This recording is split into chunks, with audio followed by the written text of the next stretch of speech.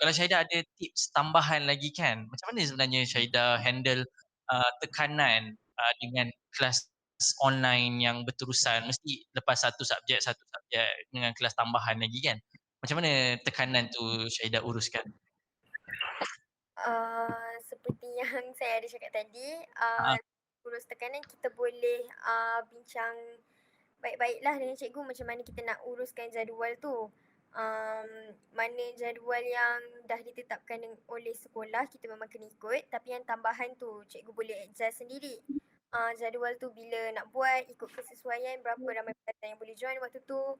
Jadi bila cikgu dah ikut kita punya masa, ikut masa pelajar, pelajar kena appreciate lah effort cikgu tu. Jadi kita kena join kelas, jangan biarkan effort kita biar macam tu lah. Okey, jadinya kiranya diurus tekanan tu dengan kita hargailah semua usaha, semua pihak. So kalau kita hargai cikgu, cikgu pun tak adalah beri tekanan pada kita lagi kan. Mungkin sebelum Nazrin menjawab persoalan rakyat Malaysia malam ni, penghalang ke tidak, bagaimana pula seorang cikgu uruskan tekanan sewaktu mengajar dalam zaman pandemik ni? Okey. Soalan dia macam mana guru kawal tekanan tu kan? Betul. Sebenarnya kami berpegang kepada satu je. Kami ada amanah. Amanah kami untuk mengajar. Apa saja halangan yang kami dapat, kami terpaksa akur dan buatlah sehabis baik kami untuk mengajar anak murid. Untuk pengetahuan semua yang sedang menonton atau sedang mendengar, kalau nak tahu keadaan di antara guru-guru sekarang di sekolah, dia ada yang stres, ada yang macam tak tahu nak buat apa, ada yang okey and everything. Perasaan tu sekarang sangat bercampur baur. Sebab kami fikir, dan ni banyak cikgu lah, banyak cikgu yang bersembang dan mengadu dan cakap dengan saya kan. Mereka sangat risau. Lagi-lagi bila mulanya PDPR 4.0 ni, ramai sangat yang cakap, apa nasib anak-anak murid kami. Kalau dah belajar dekat kelas pun tak tentu masuk, tak masuk, tak tentu faham, tak faham. Ini nak mengajar online ni, apa jadi kat dia orang? Kami sangat fikir tau, sebab apa nak jadi dekat kamu semua yang anak-anak murid ni. Kami tak tahu apa yang akan jadi. Sebab kalau kita teruskan dengan PDPR, tapi nak tak nak, kita terpaksa teruskan dan kita terpaksa buat kan. So itulah yang menjadi sumber kekuatan kami, disebabkan kami sangat fikirkan anak-anak murid. Apa yang akan jadi kalau kami tak ambil tanggungjawab ni, kalau kami tak laksanakan apa yang kami kena buat, then lagi habislah jawapan dia, memang out lah. Okey, jadinya kalau kita nak menjawab persoalan yang Cikgu Nazrin tinggalkan tadi, mungkin Syahidah tadi dah bagi teaser. Adakah ianya satu penghalang? Syahidah kata ianya tidak menjadi penghalang yang besar, sebabnya cabaran tu ada, tapi bagaimana kita berurusan dan menguruskan cabaran-cabaran tu, dan Syahidah buktikan dengan result cemerlang yang Syahidah peroleh. Jadi dari sudut pelajar mungkin kita dapat satu tanggapan bahawa ia mencabar tetapi tidak menjadi penghalang kalau kita berusaha. Persoalannya dari sudut seorang cikgu yang kita dah dengar tadi, dia punya pelbagai suka duka dia Cikgu Nazrin. Betul. Rakyat Malaysia nak tahu, adakah ianya penghalang? Tidak. Saya nak tegaskan PDPR bukan satu penghalang. Sebab, saya agak kemukakan beberapa sebab lah kenapa saya cakap PDPR ni bukan satu penghalang kan. Sebab satu, kalau kita nak cakap PDPR ni satu penghalang, kenapa pelajar-pelajar SPM, Syahidah tahun lepas kan, pelajar-pelajar SPM tahun lepas kan, kenapa mereka boleh buktikan dengan keputusan yang elok? Kalau kita bercakap dari segi facts, fakta kan, kenapa mereka boleh dapat pencapaian yang terbaik dalam 5 tahun kebelakang ni kan? Yang terbaik. Kalau betul PDPR itu satu penghalang, then why? Kenapa benda ni berlaku? Dan benda tu membuktikan yang PDPR ni bukan satu penghalang sebenarnya. PDPR ni sebenarnya dia berbalik kepada diri sendiri.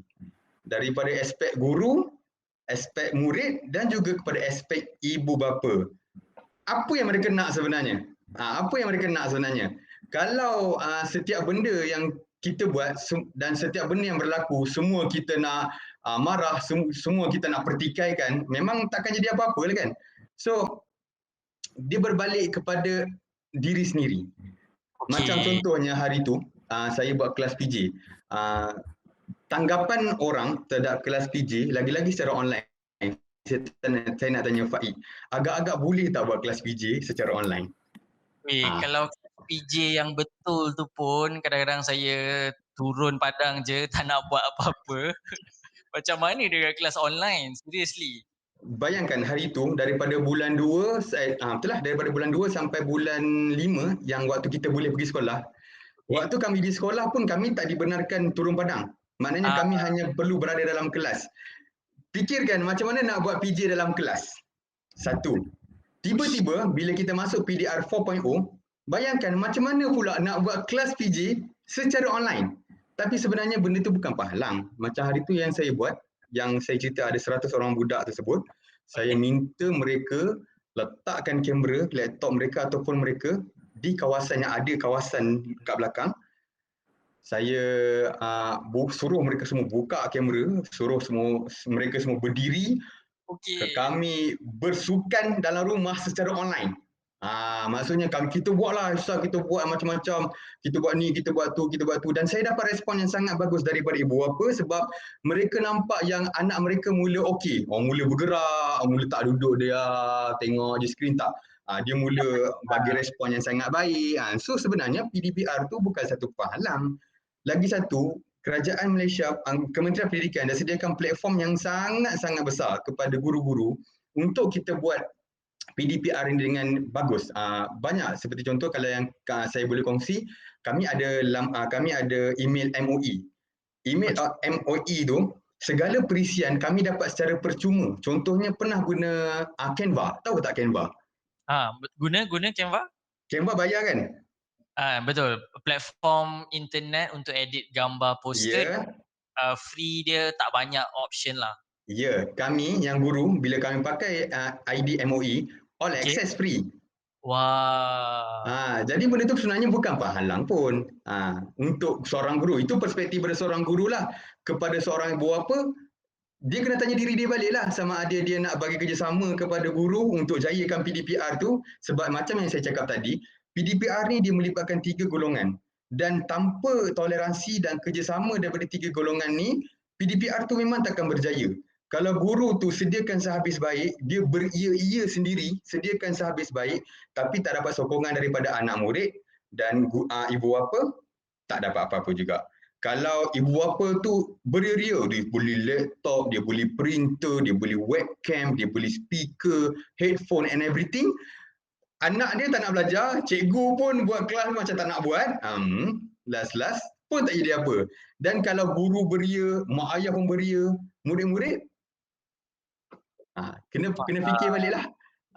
Walau benda tu sebenarnya bukan satu penghalang. Dia kena tanya balik diri kita, apa yang kita nak sebenarnya selama hidup kita hidup ni, kita nak apa sebenarnya. Saya tertariklah dengan Cikgu Nazrin cakap tadi. Kalau cikgu dah beria-ia, ibu bapa juga kena beria-ia, sudah pasti anak-anak syurga ni, anak-anak kecil ni, para pelajar ni juga akan termotivasi lah dan akan beria-ia bersama-sama. Dan saya terbayang-bayang lah Cikgu Nazrin malam ni sangat stylo dengan topi hikari dia. Melakukan Zumba, workout dengan anak murid secara online. So melompat-lompat lah Cikgu Nazrin depan kamera. Memang kami buat setengah jam, kami buat lunch, plank semua. Sampai plank pun saya suruh budak-budak ni buat. Tak pernah budak-budak buat plank. Kena buat plank dalam kelas online tu. Cantik. Jadi jelaslah nak menunjukkan bagaimana orang selalu sebut di mana ada kemahuan di situ ada kemahuan, betul. Kan? So dan Cikgu Nazrin sebut tadi even sesusah ataupun satu kelas yang mesti fizikal lah iaitu PJ pendidikan betul. masih boleh dengan kreativiti kita bersama dengan ibu bapa, anak murid dan guru-guru dapat buat bersama harungi PDPR ni. Bercakap tentang ibu bapa kan Cikgu Nazrin kan. Ini ibu bapa nak tak nak ataupun dalam keadaan lain kita sebut terpaksa ataupun diberi ruang untuk lebih prihatin terhadap pendidikan anak-anak sebab dulu mungkin sibuk, mungkin tidak di Ya. rumah, sekarang dah di rumah kan. Cikgu Nazrin ada pandangan tak ada rival pula dalam kalangan ibu bapa sebab kini dia nampak anak orang ni buat apa, anak orang ni buat apa. Dulu kita tahu anak kita buat homework, okey habis. Then mungkin dah exam nanti baru tahu anak kita punya kedudukan. Tapi sekarang ongoing progress ibu bapa boleh lihat. Mungkin Cikgu Nazrin ada pandangan. Untuk pengetahuan semualah, sebenarnya kalau kita perhatikan betul-betul, ibu bapa kini dia dah more educate untuk ambil tahu pasal anak. Sebab sebelum ni, kalau waktu di sekolah, ibu bapa serahkan 100% anak-anak kepada guru. Macam contohlah, kita dulu Faik dekat sekolah. Cikgu-cikgu selalu cakapkan, kamilah ibu bapa anda di sekolah kan. Maknanya tanggungjawab ibu bapa kita dekat rumah tu, mereka dah ambil 100%, betul? Kadang-kadang ada sampai ibu bapa yang tak ambil tahu langsung pasal anak, dia tak pernah tahu perangai dia sebab budak-budak dekat rumah lain, dekat Betul. sekolah lain. So banyak sebenarnya kalau kita perasan awal-awal sebab tu PDPR ni dijalankan, banyak sebenarnya ibu bapa merungut. Satu, dia ada rungutan yang diterima, dia cakap, oh, Cik, ni rupanya perangai anak aku kat sekolah waktu belajar. Satu, ada rungutan yang lain, dia cakap, oh, ini susah lah, kena buka sekolah lah. Sebab apa? Sebab sebenarnya mereka tak mampu nak handle pressure anak mereka yang berada di rumah. Selama ni anak mereka tak ada kat rumah, kami yang hadap anak-anak mereka tu. So sekarang mereka dah mula libatkan diri. So benda tu sebenarnya telah membawa kepada education yang bagus untuk ibu bapa sebenarnya. Banyak ibu bapa yang dah mula ambil tahu pasal anak, yang dah mula ambil tahu pasal pelajaran anak, dah mula ambil tahu pasal sekolah, dah mula ambil tahu pasal cikgu. So sebenarnya ia satu impact yang sangat baguslah untuk kita punya sistem pendidikan kan. Seperti yang saya cakap tadi lah, kalau tak bekerjasama tiga ni tak ke mana. So memang lebih-lebih lagi macam Faik cakap tadi, ibu bapa dah mula rasa nak bersaing sikit kan. Mereka dah mula nampak benda tu sebab mereka dah mula nampak macam mana pendidikan anak mereka dijalankan. Sebab perjalanan pendidikan anak mereka tu berlaku di rumah, bukan lagi di sekolah, di depan mata mereka lagi. So benda itu memang sebenarnya satu impact yang sangat baguslah kepada kita punya education. Okey, faham. Jadinya macam Cikgu Nazrin sebut tadi kan, kalau kita kongsikan dengan Syahidah, perangai kita dekat sekolah ni confirm lah berbeza dengan perangai kita kat rumah kan. Kalau Syahidah sendiri, bagaimana Syahidah membawa diri sebab kita kat rumah, keluarga kita ada bersama kita tapi dalam masa sama kita nak dengan kawan-kawan kita, dengan cikgu-cikgu kita. Macam mana Syahidah uruskan ataupun handle time-time macam tu? Bila ada kelas memang kita maklumkan dekat family lah. Ada kelas minta jangan ganggu lah. Kemudian untuk macam mana saya bawa diri, rasanya tak ada apa banyak sangat yang berbeza. Sebab sebelum ni pernah satu sekolah dengan mak, jadi tak ada apa yang berbeza. Faham.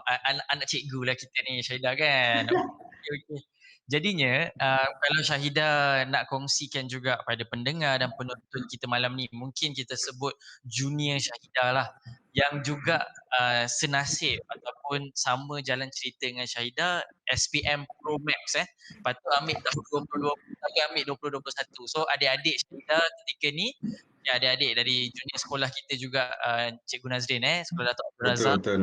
Adik-adik Syahidah di sekolah Syahidah Junior kan, yang Pro Max juga SPM tahun ni tapi ambil tahun 2022. Apa tips nasihat Syahidah specifically pada yang nak ambil SPM tahun ni tapi tahun depan tu? First kali saya memang nak cakap saya tabik lah dengan kalian sebab memang tak semua orang dapat go through benda ni, dapat survive sebab memang payah. First kali memang tipsnya self discipline tu sangat penting. Kita kena jalankan tanggungjawab kita sebagai pelajar. Cikgu dah buat kelas, kita kena join. Kena macam saya cakap tadi, kena appreciate. effort cikgu. Keberkatan daripada cikgu tu sangat penting. Dan kita kena pandai bahagikan masa lah.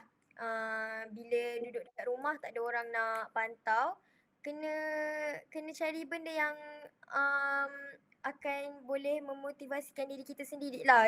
Tak boleh lah nak berterusan malas kan, sampai bila nak malas. Jadi kena fikir tu lah, jalankan tanggungjawab sebagai pelajar. Nak berjaya kena usaha, tak boleh malas-malas. Lepas tu bila dapat result tak seperti yang diharapkan, salahkan orang lain. Tak boleh macam tu lah. Okey, itu dia kakak senior kita dah bersuara ya. Betul lah seperti yang Syahidah sebut. Malah apa yang Syahidah sebut ni boleh diaplikasikan di mana-mana sahaja. Kalau kita hendakkan sesuatu, mungkin di universiti, mungkin di alam pekerjaan, dan even di mana-mana bidang pun, kalau mahukan sesuatu perlu sangat-sangat usaha yang sepenuhnya kan.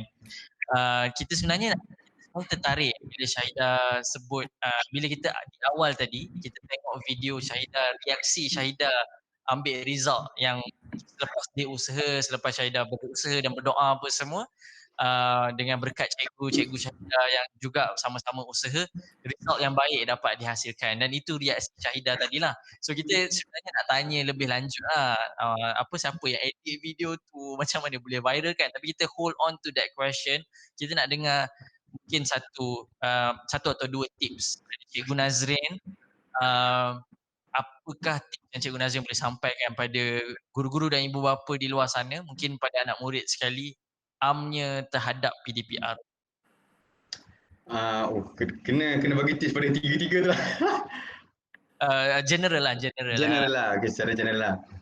Secara generalnya, apa yang saya boleh cakapkan, saya suka untuk cakap balik, tanya diri balik, apa yang kita nak sebenarnya. Saya suka sangat guna ayat tu. Tanya diri balik, apa yang kita nak sebenarnya. Sebab dari segi ibu bapa, satu, tips dia mudah je. Untuk ibu bapa dan murid ataupun masyarakat, jangan expect yang guru itu dia pakar semua benda, dia tahu semua benda. Dan kena tahu yang guru itu adalah seorang manusia juga. Kami ni ada kelemahan. Ada bahagian yang kami kurang, ada yang bahagian kami lebih. Yang menjadi masalah apabila ibu bapa dan murid-murid ni dia expect yang kami ni cikgu, kami akan tahu semua benda, kami akan boleh buat semua benda, kami akan pro lah kiranya, mahir semua benda. Tak. Sebenarnya kami sangat memerlukan bantuan daripada ibu bapa, kami sangat memerlukan bantuan daripada murid juga. Sebab yalah, kami ni manusia, kita semua manusia yang penuh dengan kekurangan. Dari segi ibu bapa pun, dari segi pada guru pula, tips yang saya boleh bagi satu je lah.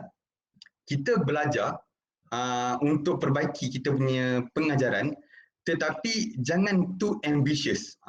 Kita kena sedar, ini poin yang ramai orang tak tekankan. Memanglah kita nak menuju ke arah pendidikan abad ke-21, kita nak menuju kepada PPM 2021, macam-macam lah yang kita nak impikan.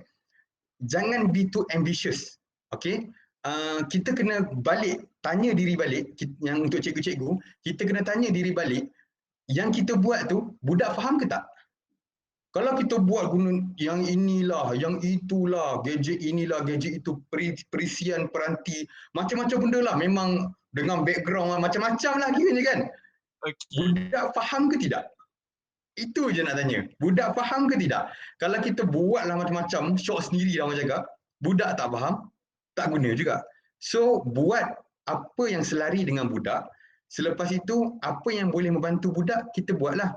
Dan jangan bebankan diri itu terlampau sehingga kita tengok, oh cikgu ni, oh bagus ni, kita kena buat macam ni juga ni, kita kena pakai inilah, pakai inilah, sampai diri kita sendiri stres.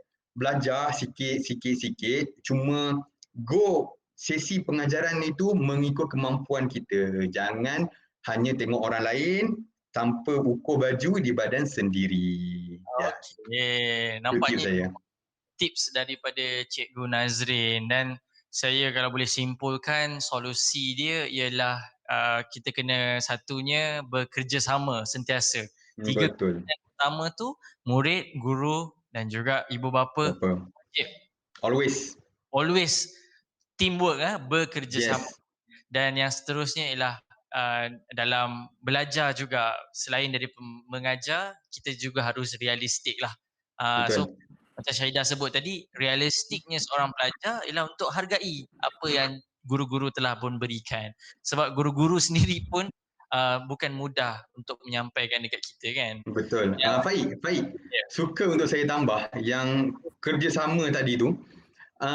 Kenapa yang bahagian 3 tu kan, guru, murid dengan ibu bapa. Kenapa kita perlu kerjasama? Sebab tiga-tiga ni perlu faham antara satu sama lain. Bila tak berlaku je kerjasama, itu yang berlaku yang kita tengok, guru dia sentiasa nak hantam ibu bapa, nak hantam murid. Ibu bapa sentiasa nak hantam guru. Murid pula dengan tak tahulah, dengan mereka budak-budak ataupun budak sekolah menengah kan, mereka tak terlibat lagi dengan golongan dewasa. Mungkin mereka takkan memberontak kepada golongan, tapi mereka memberontak kepada apa yang tengah berlaku dekat diri mereka kan. So yang paling ketara yang kita boleh tengok adalah guru dengan murid. Guru dengan ibu bapa, sorry. Ibu bapa ada je point nak cari dekat cikgu, salah cikgu.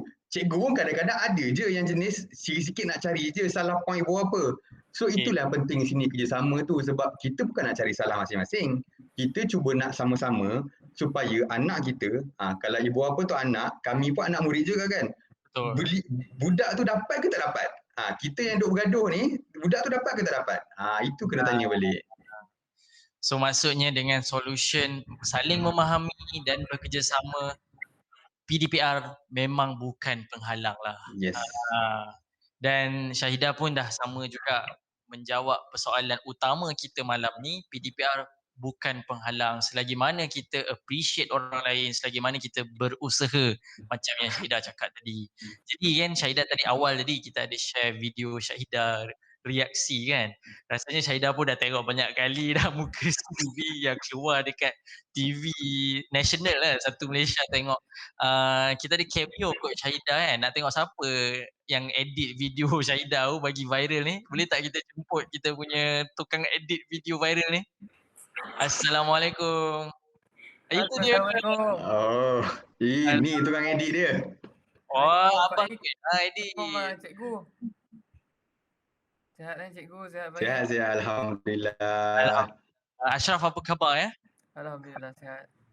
Itu dia. So kalau penonton dan pendengar perasan, Syakir Ashraf ni kita punya tetamu regular lah, yang suka dan studi bersama kita di The Control F Show. Okey Ashraf, macam mana sebenarnya dapat idea untuk siapa yang record, siapa yang edit, dan video tu Syahidah tahu ke ketika direkod tu atau diedit tu? Boleh tak kongsikan mungkin momen-momen yang tak dapat dilupakan? Momen dia cerita sebenarnya lah di sebalik tabir. Boleh. Kita orang set satu kamera kat tepi ni, satu lagi kat belakang. Dia kamera lah kiranya. Tapi dia tak bagi, dia tak approve lah kiranya, tapi kita orang nasib lah kan, kita nak sorok-sorok. Tak ada sorok-sorok sebelah ni. Tapi dia tak approve lah. Okey. Tapi kita orang macam tak apa, rekod je. Satu lagi kat belakang standby, takut dia tutup yang belah sini kan. Alright. So tu kita orang kena keluar bilik, dia nak check result sini. And exactly dia check tu sebelum pukul 10 pun. Result KPM kata pukul 10 sharp, tapi sebelum pukul 10 around 9:50 kot buka portal tu dah boleh ni. So canggih lah. Check lah, tengok sekali keluar result. So lepas tu dia menjerit-jerit and everyone in the room, in the house was crazy. Rezeki dia. Nasib baik dia buka awal tu, kalau dia buka lewat sikit silap-silap hang tu. Dia buka awal tu dapat A banyak tu, awal lagi. Sebab awal A banyak lagi kan. Joke lama. Itu joke mak ayah tu. Alhamdulillah. Jadi kita tertarik maksudnya kiranya Ashraf dan keluarga lah apa approval Syahidah ni. Betul Syahidah tak mestilah tak setuju kan. Mestilah kita segan, betul tak Syahidah? Betul. Kan. Tapi kiranya letak kamera so on so tinggal lah maksudnya Wih dahsyat. Tapi kamera yang belakang tu footage dia macam mana? Ada lagi dalam phone saya ni lah. Tapi tapi tak Apa yang apa yang apa yang memanggil Ashraf untuk edit dan juga post video ni tadi, video reaction ni tadi? edit sebab dia menjerit lah. So reaction dia natural tu. Dengan Oh. saya sebab dia she's my sister lah. So very proud of her. Bukan senang kan nak dapat straight A. So dengan reaction yang terjerit tu, so why not we share kegembiraan dengan orang lain juga kan. So that's why I edit. So exactly lagu yang Mahizin I put dalam buku tu. Dia kena dia punya timing tu dengan dia punya menjerit tu. I tak edit pun, just masukkan tiba-tiba kena menjerit tu. So macam ni macam sedap je, macam nice je. So terus post lah. Ya, Share kegembiraan dengan orang lain lah. Yang menjadi inspirasi sebenarnya sehingga viral lah kita sebut kan. Tadi kita ada tanya dah Syahidah. Syahidah expect tak sebenarnya video reaction yang mula-mula tak di-approve ni tadi ni akan jadi viral ataupun mendapat perhatian? Memang tak expect sebenarnya sebab abang dan akak saya post pun saya tak tahu. Tahu-tahu je ada orang nak interview lah apa benda tu. Wih, dahsyat. Sampai malam ni ada orang interview dan malam ni eksklusif lah kita dengar behind the scene. So kalau Ashraf pula agak-agak tak, bukanlah agak viral macam kita tak tahu apa yang nak viral, tapi Ashraf rasa akan dapat perhatian tak? Ramai orang akan tengok ke ataupun expect tak? Expect tak ramai sebab tak ramai pun followers kan. So tak ada expect seramai dan satu Malaysia boleh tengok. So expect just my friends yang akan wish, yang akan rasa termotivasi lah dengan dia punya video kan. Sebab I have also anak-anak murid yang lebih kurang bayar dia.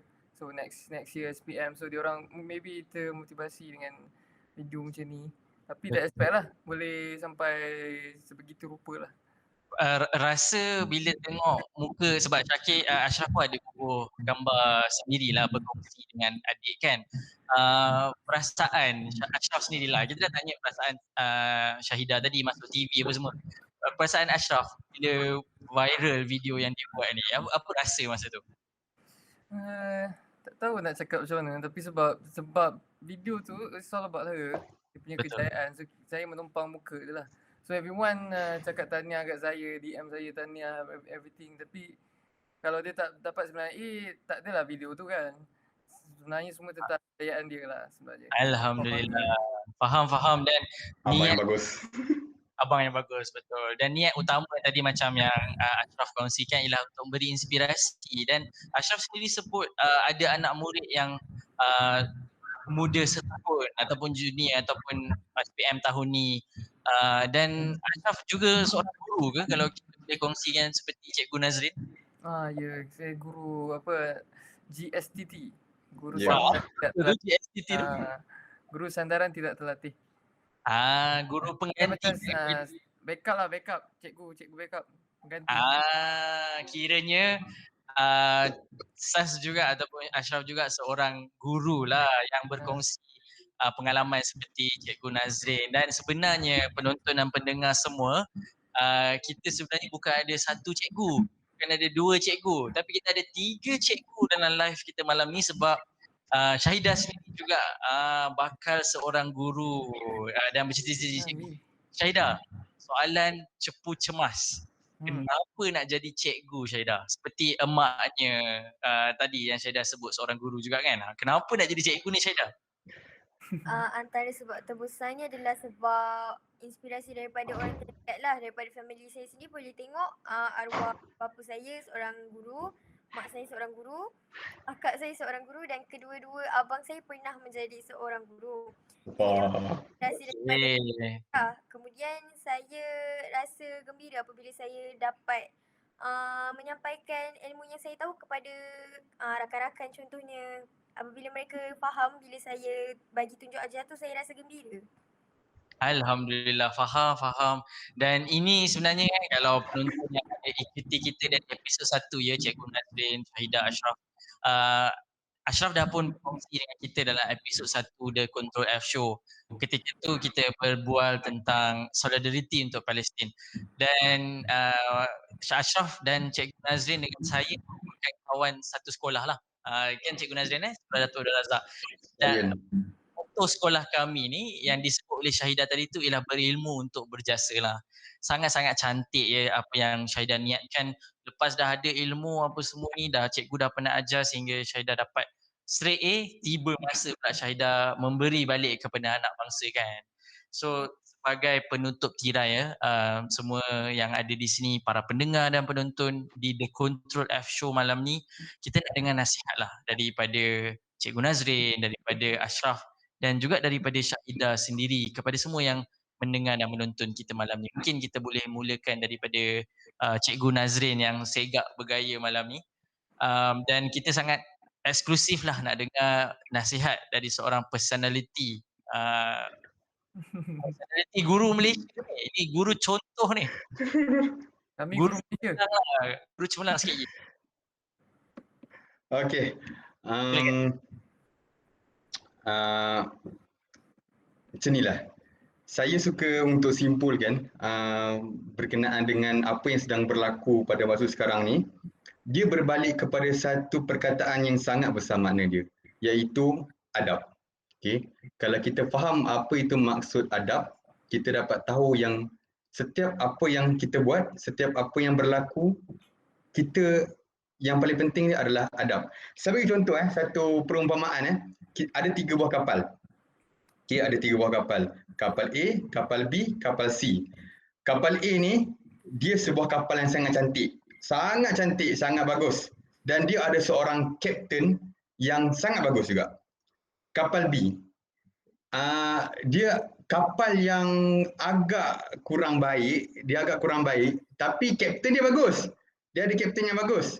Dan kita ada kapal C yang kapalnya pun teruk, kaptennya pun teruk.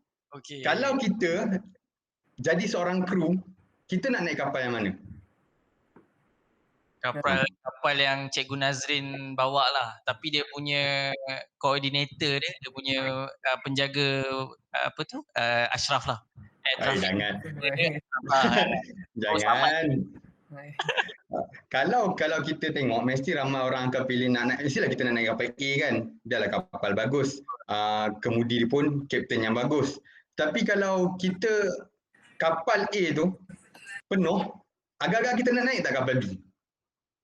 Kapal tu tak berapa sangat lah, tapi kapten okey, bagus. Kita nak naik tak kapal B?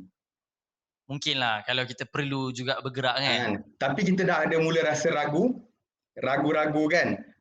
Kapal C tak payah cerita lah, memang kita tak naik dah lah. Dalam kapal teruk, dia punya kapten pun teruk. So itulah yang saya nak bawakan, perumpamaan sebagai adab dengan ilmu. Kapal tu merupakan satu adab dan ilmu itu merupakan kapten. Kalau seseorang itu, dia ada ilmu yang tinggi, dia ada ilmu yang bagus dan dia ada adab yang bagus, kita akan jadi macam kapal A lah. Pelayaran dia akan bagus sebab dia ada seorang kapten yang bagus, dia ada satu kapal yang bagus.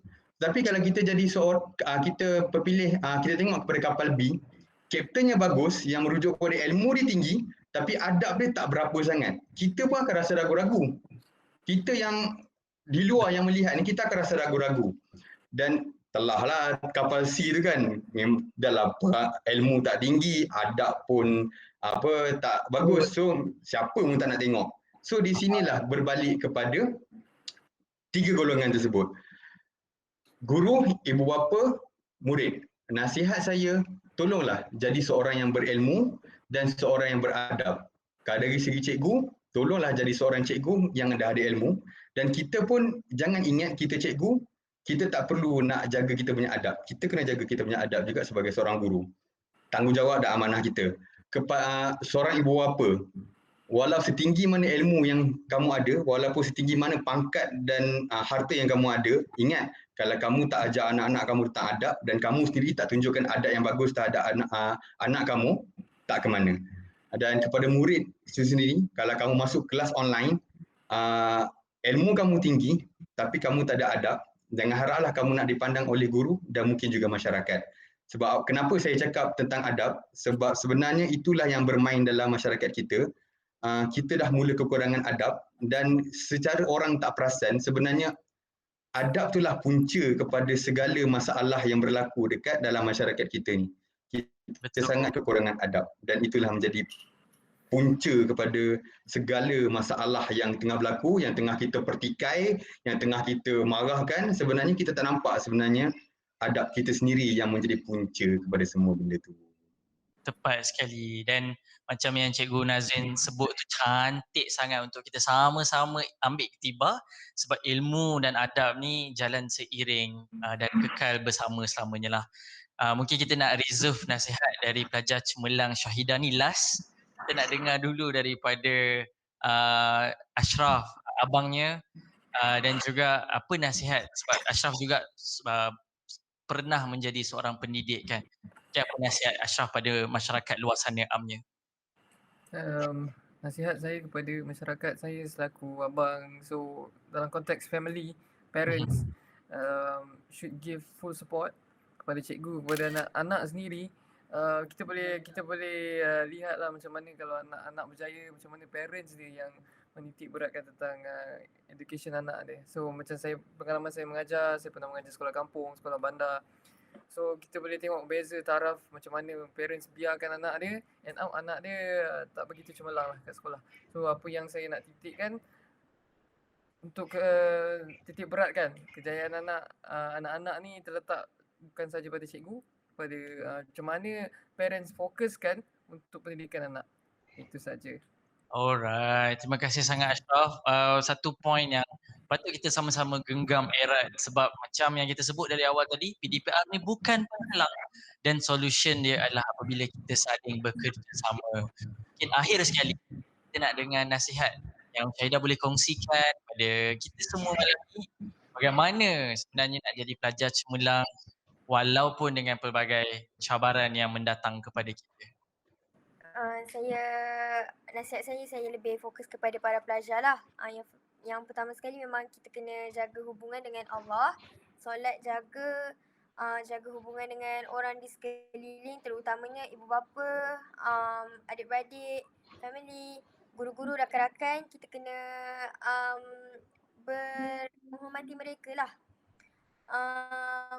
Seperti yang Cikgu Nazrin cakap tadi, adab tu memang sangat penting. Kita sebagai pelajar, kita kena tahu adab kita dengan ilmu, dengan cikgu. Jangan kita rasa kita dah pandai, kita tak nak join cikgu punya online class. Tak boleh macam tu. Kita kena, seperti yang saya cakap tadi, kita kena jalankan tanggungjawab sebagai seorang pelajar. Okey, sangat cantik juga nasihat yang diberikan oleh Syahidah, dan kita faham keputusan cemerlang yang Syahidah bersusah payah dapatkan dalam SPM yang Syahidah duduki itu, antara lainnya adalah untuk sebagai sebuah tanda hadiah Syahidah buat arwah ayah ya, yang juga merupakan seorang cikgu, dan kami di sini pasti semua sangat-sangat berbanggalah dengan Syahidah, dan sebenarnya kita nak ambil kesempatan ni untuk sama-sama sedekahkan Al-Fatihah untuk arwah ayah Ashraf dan juga Syahidah malam ni. Mungkin kita sama-sama boleh bacakan Al-Fatihah.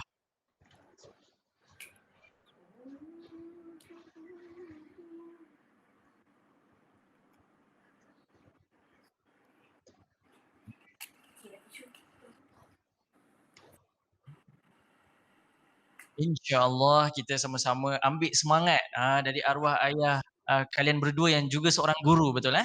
Betul. Dan guru ni seperti kita sebutlah Cikgu Nazrin, Cikgu Ashraf jugalah, dan bakal Cikgu Syahidah ibarat membakar diri, dan seperti yang kita sebut dari awal tadi, kita sama semua sebab ini adalah zaman baru, zaman pandemik, kerjasama semua pihak sangat-sangat penting, dan kita sebagai masyarakat yang mungkin tak ada kena dengan PDPR, mungkin kita pun tak terlibat dengan PDPR, tapi sebenarnya sokongan kita di atas talian, di online dan sebagainya tu juga main peranan untuk kita sama-sama membina generasi masa hadapan yang berilmu dan beradab. Jadinya terima kasih sekali lagi Cikgu Nazrin, Ashraf. Sama-sama. So insyaAllah kita bertemu lagi dalam sesi lain kalau kita ada umur panjang dan murah rezeki, dan kita sangat seronok sebenarnya berbual, bersembang, walaupun macam serius tapi kita dapat juga kongsi behind the scene, reaksi video Syahidah tadi, dan juga dapat lihat kemunculan Cikgu Nazrin di Dek TV. Dan di sini kita doakan kejayaan seterusnya pada Cikgu Nazrin, juga pada Ashraf, dan juga kita nak ucapkan all the best kepada Syahidah dalam melanjutkan pelajarannya, dan kita nak juga berbanggalah akan ada cikgu lagi yang sangat-sangat cemerlang seperti Syahidah mendidik anak bangsa seterusnya. Terima kasih. Jadi saya rasa itu sahaja kepada pendengar dan penonton di Control F Show. Anda boleh tonton video kita di YouTube channel Faik Haikal dan juga dengarkan di Spotify secara podcast, dan jangan lupa untuk share, like dan subscribe ke YouTube channel kita dan follow kita di Spotify. Untuk maklumat lanjut, #kongsi rezeki kita ataupun video-video terkini kita, boleh saja tekan link di description iaitu link 3M Faik Haikal. Sekali lagi, kita sangat-sangat gembira dan nak ucap terima kasih kepada Cikgu Nazrin, Ashraf dan Syahidah. Kita jumpa lagi dalam lain waktu dan lain siaran. Itu dia The Control F Show episod 4. Assalamualaikum, jumpa lagi. Bye. Bye. Try